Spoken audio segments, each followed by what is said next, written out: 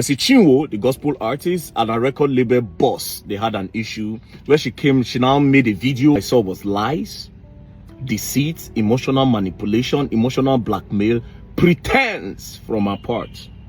And I will point out the things that I noticed. In a trending video online, VM is seen addressing a video previously made by Mercy Chinwo regarding our record label, Eeze Concepts. According to VDM, after thoroughly listening to the video, he stated that he disagreed with what Mercy Chinwo said and mentioned that he would be investigating the matter further. He also emphasized that the situation needed to be approached with careful consideration and that he would be taking necessary steps to clarify the issue raised. Oh, Mercy Chinwo. Now, I see this video I'm about to make. A lot of Nigerians will not like it, because it has to do with one of their favorite gospel artists.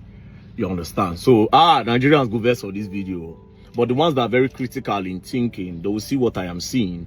And if you go back to watch the video, you see everything I'm about to show you now. Now, throughout last week, I think it was last week, Mercy Chinwo, the gospel artist, and a record label boss, they had an issue where she now made a video, she was now saying how the guy threatened her, how the guy bullied her, how the guy did everything, right? When I watched the video, read the comment section, a lot of people were just sympathizing with her. But what I saw was totally different, right?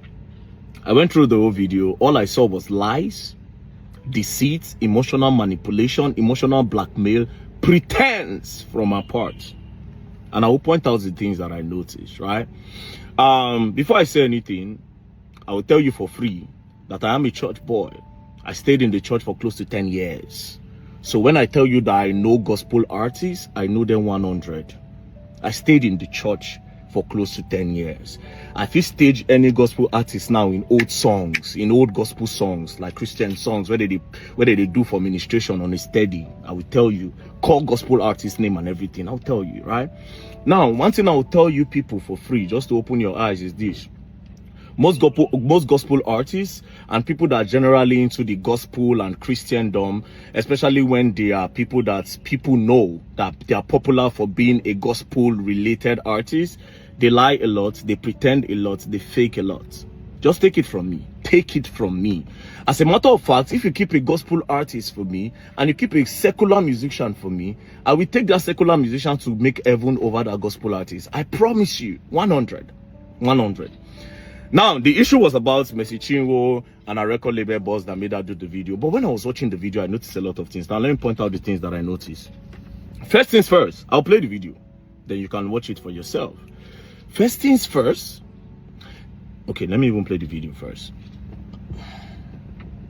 You were blessed. First, I want to say thanks to every one of you for your immense love and support.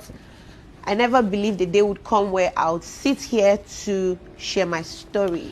For the sake of the body of Christ, I thought to bring some clarity to a lot of misleading news out there online about the Mercy Chinwo brand. A man said I sued him, came online, made videos to tarnish my image. He looked at me and said, I made you who you are and I will destroy you. I became scared of my life. It got to a point where I had to move from Lagos to Port Harcourt because this man made the environment toxic for me. I've endured bully. I've endured threats. Whatever he's doing on social media now is nothing compared to what I went through. This is not to paint him bad. He took me to court, came online to tell the public that I took him to court. Here are the documents. You took myself and Minister Judike to court. And you're here playing the victim game. You bullied me, you threatened my life, you said you made me who I am and that you would destroy me. When you were the same person, how many lawyers have you changed now? Because you said you're going to deal with me, you have connections, you have money. What did I do? What have I done to you? I took you as a father. I was once your backup singer. I served you diligently. We signed a management contract in 2017. As we progressed, you tried to convince me to sign a 12-year contract, which I said no. Since then, you started acting funny, always toxic because I did not extend the contract. Immediately after my contract, I discovered you forged a new contract. Please tell the world what happened to the 2017 and the 2019 contract. You seized my royalties for 2 years. You're a bully. You're an oppressor. One of my major crimes was when I did a song with Pastor Nathaniel Bassi. Because this man hates Pastor Nathaniel Bassey, you went as far as sponsoring fake news about an innocent child, my son, and you said my son was not my son. And you paid bloggers because you hate Pastor Jerry Eze. You won't want me to go for his events. The people you fight, I must fight them with you. And when I asked you questions, why don't you like them? You start harassing me. Because he had threatened me countlessly. You said you made me who I am and you have the power to destroy me. You are not God and you cannot destroy me. You have bloggers. I have God. The worst you can do is what you are doing. Like I said, what I went through working with you is nothing compared to what you are doing. You have bloggers. I have God. And I know that God will not let your plan come to pass. Now, first things first, you see this video she made. If you watch the video closely, you will notice that they do break and quench. They do cut and join in the video more than 20 times. That means they recorded this video more than 15-20 times. They did different cuts along the way. They wanted to be sure that there was a director. From what I am seeing, there was a director that was saying, oh, Mercy, you need to cry, you need to seek the emotional conscience of the people that are watching you. 100. That's what I am seeing in the video. Because why else did you people cut the video in multiple places and you were joining? Now, it's not a bad thing to cut and join video to make it very, very precise. But here's the problem with it. If somebody is expressing their emotions, they don't cut it. Somebody cannot express an emotion, then you cut it, and the person will still be in that mood to express. You break the emotions and you break the mood. So it only means that these people came prepared. They came there, they sat down and they made the video. When it was time for her to cry, she cried. Now, if you go back to the video again, you will notice that even after she cried, the initial part of the video, they brought it back and added it towards the end.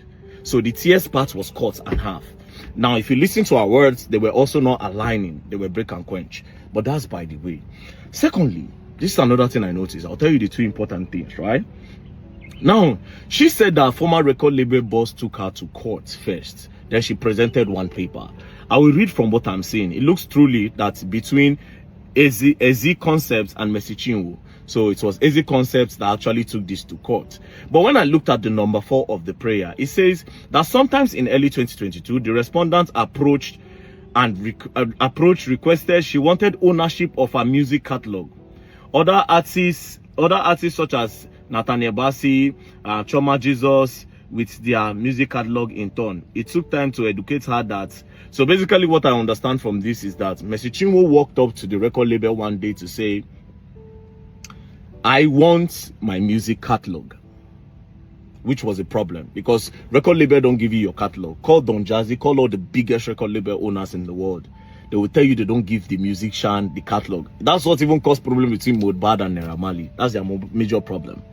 But that's by the way. So she's saying that this person took her to court. It is because she tried to pressure him. From what I'm seeing now, she tried to pressure him to give her the music catalog by a lot of means. And maybe the guy felt pressure and that some money influence was behind that. That's why he took the matter to court. This is my observation. It might be false. Do you understand? That's number 1. Number 2, on the issue of forgery. But she won't mention that there was forgery. Now, I don't agree that there's forgery from the evidence that she presented because forgery are usually perfect. They will not even know. They will not see any mistake in forgery. Now, what I'm seeing and what I'm showing you on the screen doesn't look like forgery. It looks like there was a mistake in the documents and they tried to correct that mistake. And after they corrected it, it looks like Mercy Chinwo and the record label boss were both present. That is the only explanation of the 2 signatures that are on this date. As you can see, date 5th day of September 2017. Now, if you look at this thing well, it looks like they wrote 2015, and when they realized, they decided to correct it to 2017. That's what I can see. It might not be true. Now, if there was one signature, it would make sense. But the fact that there are 2 signatures, it looks like what goes on in the bank. You know that when you go to the bank and you want to fill teller, you want to fill teller for bank, and you make mistake, they will tell you to sign on it. This is what I feel happened here. So this does not look like forgery. But they can't say it's a lie. This doesn't look like forgery at all. It doesn't look like forgery. It looks like they were both there. So this one again is off. This one looks like a lie. So these are two lies. These are two lies.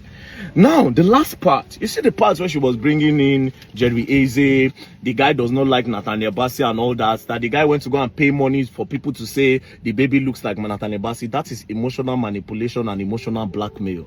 Because when that thing was trending then, when people were saying that the child looks like Nathaniel Bassey, I can remember that you people arrested someone. The person confessed that it was this guy that that told him to do that.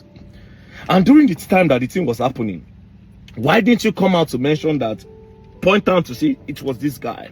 Why is it now full time? And do you have proof that it was this guy that actually paid bloggers to post that your child looked like Nathaniel Bassey? That's another thing.